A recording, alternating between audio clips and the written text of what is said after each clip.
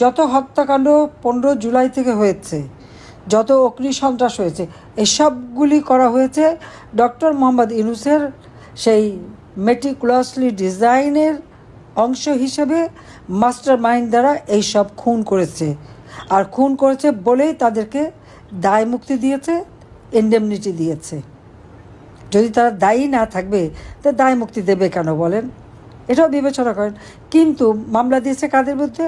সব আওয়ামী লীগের নেতাকর্মী তাদের বিরুদ্ধে, এবং আমার বিরুদ্ধে তো হত্যা মামলা আছেই। হত্যা মামলা এতই সস্তা, আপনারা দেখলেন যে একজন রিক্সাওয়ালা, গরিব রিক্সাওয়ালা, 15ই আগস্ট সে গিয়েছিল 32 নম্বরে একটু ফুল কিনে। গরিব মানুষ, সে তার নিজের কামাই টাকা দিয়ে একটা ফুল কিনে সে গিয়েছে ফুল দিতে। তাকে মেরে তার ফুলটা ছিঁড়ে ফেলে দিয়ে তাকে পুলিশে সোপর্দ করেছে। পুলিশ নিয়ে তাকে হত্যা ষড়যন্ত্রকারী হিসেবে মামলা করে জেলে পুরে দিয়েছিল।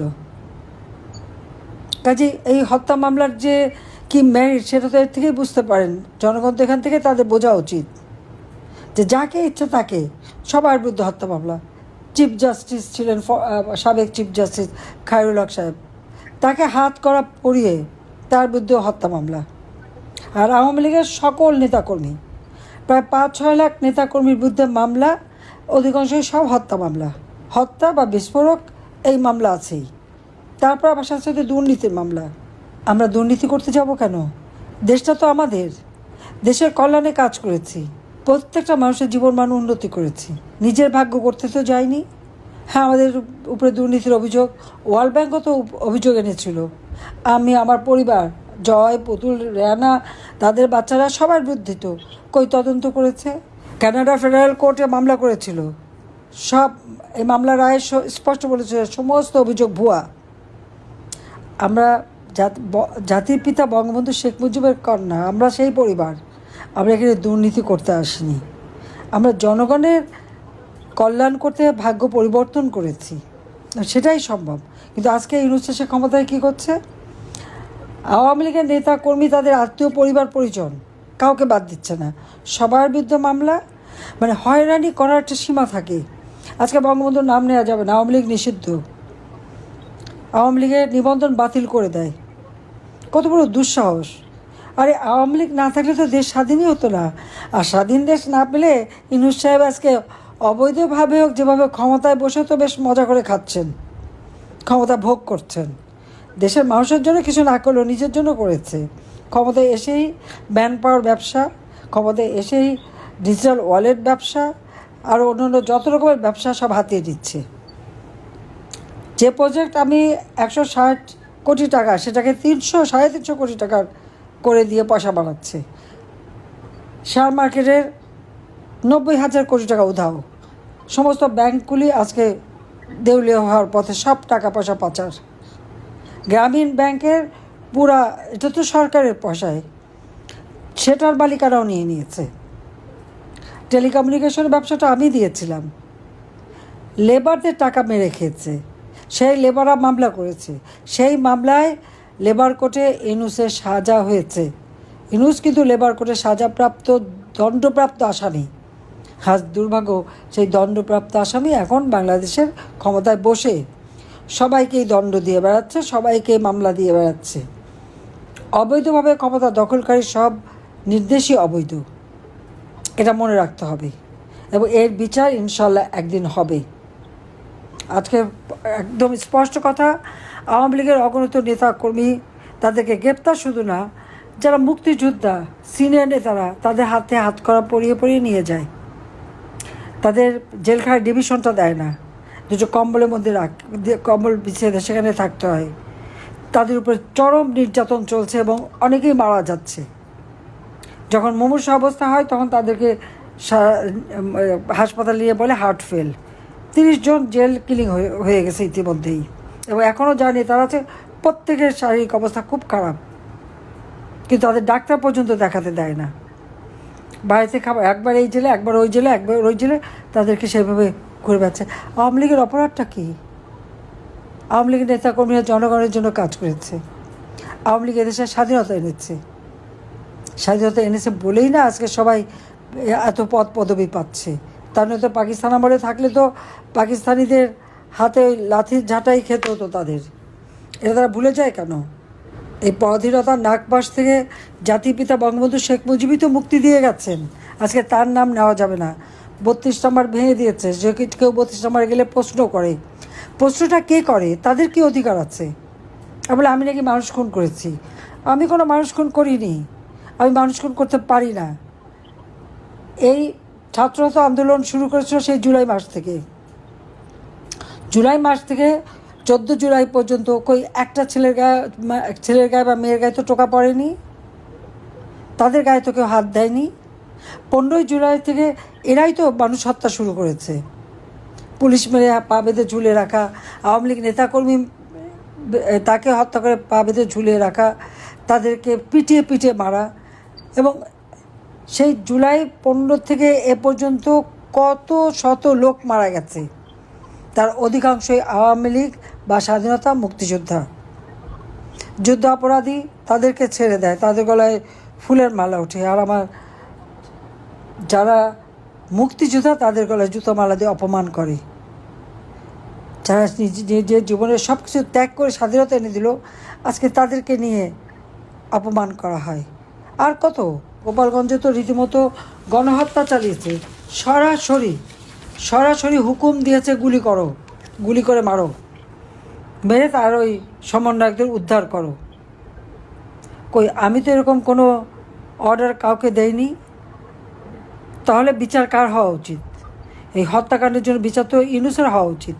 তার মেটিকুলাস ডিজাইন, যে কথা সে একটা ক্লিন্টন ফাউন্ডেশনের মিটিংয়ে বসে খুশি মনে বলে, যে মেটিকুলাস ডিজাইন করে এই আন্দোলন মাস্টার মাইন্ড দ্বারা ঘটিয়ে, অর্থাৎ এই হত্যাকাণ্ড ঘটিয়ে শেখ হাসিনাকে ক্ষমতা থেকে হটাতে পেরেছে এবং সে ক্ষমতা দখল করতে পেরেছে। খুব গর্ব, নিজে আবার হাততালি দেয় আর তার মাস্টার মাইন্ডকে পরিচয় করিয়ে দেয়।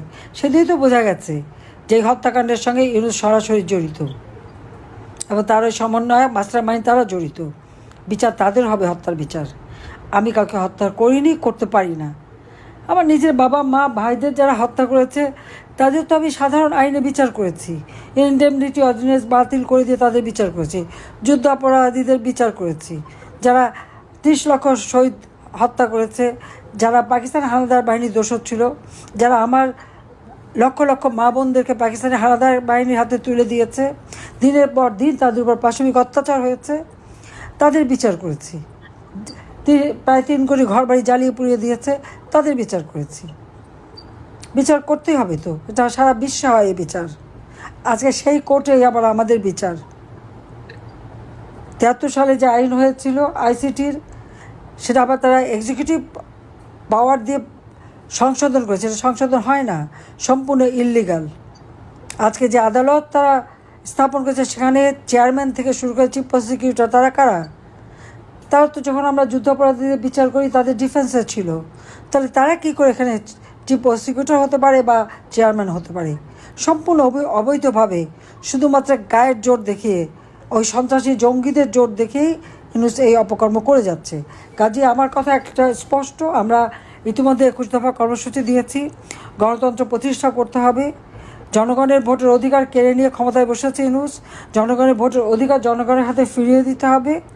যত বন্দী আছে সকলকে মুক্তি দিতে হবে। আওয়ামী লীগের নেতাকর্মী যাদেরকে মিথ্যা মামলা, 14 দলের নেতাকর্মী, সাংস্কৃতিক কর্মী, সাংবাদিক, আইনজীবী, সবাইকে যাদেরকে গ্রেপ্তার করে মিথ্যা মামলা দিয়ে হয়রানি করছে, তাদেরকে মুক্তি দিতে হবে। আর যাদেরকে হত্যা করেছে তারাই আসলে শহীদ। এই হত্যাকাণ্ড যারা ঘটিয়েছে তাদের বিচার করতে হবে। এবং দেশের মানুষ আজকে হাহাকার, প্রত্যেকটা জিনিসের দাম বেড়ে গেছে, মানুষের আয় রোজগার নেই, মাথার ঘাম পায়ে ফেলে দিনমজুর, রিক্সাওয়ালা, সাধারণ মানুষ যার কামাকে তা দিয়ে একবেলা খাবার জোটাতে পারে না। কাজে তাদের ভাগ্য পরিবর্তনের জন্যই তো আমরা গণতন্ত্র অব্যাহত রেখেছিলাম। বাংলাদেশের ইতিহাসে 2009 সাল থেকে 2024 সালের 5ই আগস্ট পর্যন্ত গণতান্ত্রিক ধারা অব্যাহত ছিল। আর্থসামাজিক উন্নতি হয়েছে দেশের। আর এখন দেশ সম্পূর্ণভাবে অর্থনৈতিকভাবে পর্যুদস্ত, ধ্বংস হয়ে গেছে। যেখানে আমি 5 কোটি মানুষকে নিম্নবিত্ত থেকে মধ্যবিত্তে উন্নীত করেছিলাম, আজকে আবার তারা নিম্নবিত্তে চলে যাচ্ছে। যেখানে অতি দরিদ্রের হার 25.1 ছিল, আমি 5 ভাগই নামিয়ে নিয়েছিলাম এবং বিনামূল্যে ঘর দিয়ে তাদেরকে জীবন জীবিকার ব্যবস্থা করে দিয়েছিলাম। আজকে আবার সেই অতি দরিদ্রের হার 10 ভাগের উপরে হয়ে গেছে। দারিদ্রের হার যেটা 41 ভাগ ছিল, আমি 18 ভাগে নামিয়ে এনেছিলাম, সেটা আবার প্রায় 25-30 ভাগে চলে গেছে। না হলেও প্রায় 1 কোটি মানুষ আজকে আবার সেই একেবারে দরিদ্রের পর্যায়ে পড়ে গেছে। 4 লক্ষ ছেলে মেয়ে লেখাপড়া করতে পারে না, পরীক্ষা দিতে পারে না, তাদের পড়াশোনার শিক্ষা অঙ্গনের সম্পূর্ণ অরাজকতা। তো এই অবস্থা থেকে দেশকে মুক্ত করার জন্য স্বাধীনতা বিশ্বাসী গণতান্ত্রিক শক্তি সবাইকে ঐক্যবদ্ধ হতে হবে এবং প্রবাসে যারা আছেন আমি বলবো আপনারা স্ব দেশে সেখানকার গণতান্ত্রিক সরকার তাদের কাছে বাংলাদেশের এই চিত্র তুলে ধরে সেখানে তাদেরটা দেখাতে হবে যে আজকে আমরা যে গণতন্ত্র প্রতিষ্ঠা করেছিলাম, গণতন্ত্রের মাধ্যমে আমরা যে অর্থনৈতিক, রাজনৈতিক, অর্থনৈতিক, সামাজিক, সাংস্কৃতিক উন্নতি দেশে করেছিলাম, আজকে সব কিছু ভুলণ্ঠিত হয়ে গেছে। বাংলাদেশের মানুষ মনে হয় যেন একটা বড় কারাগারে বন্দি। নারীরা ঘর থেকে বেরোতে পারে না, তাদের জীবনে কোনো নিরাপত্তা নাই, কারো জীবনের নিরাপত্তা নাই। এই অবস্থার অবসান ঘটাতেই হবে। তার জন্য সকলকে ঐক্যবদ্ধ হতে হবে, সোচ্চার হতে হবে এবং ইউনূসকে পদত্যাগ করতে হবে, একটা নিরপেক্ষ সরকার করে তার অধীনে নির্বাচন দিতে হবে। যদিও আমি এখনও প্রধানমন্ত্রী, তবুও আমি বলবো জনগণ নির্বাচন চায়, হ্যাঁ নির্বাচন দিতে হবে, একটা কেয়ারটেকার গভর্নমেন্ট আলাদাভাবে তৈরি করি, ইউনূসের অধীনে না। ওই ক্ষমতা দখলকারী, ক্ষমতা চুরি করা এই লোকের কাছে না, ডাকাতি করেছে এই ডাকাতের কাছে না। তো সবাই ভালো থাকেন, সুস্থ থাকেন আর দেশের মানুষের পাশে দাঁড়ান এবং আমাদের প্রবাসীরা যথেষ্ট সহযোগিতা করছে, সবাইকে আমার আন্তরিক ধন্যবাদ জানাচ্ছি। খোদা হাফিজ।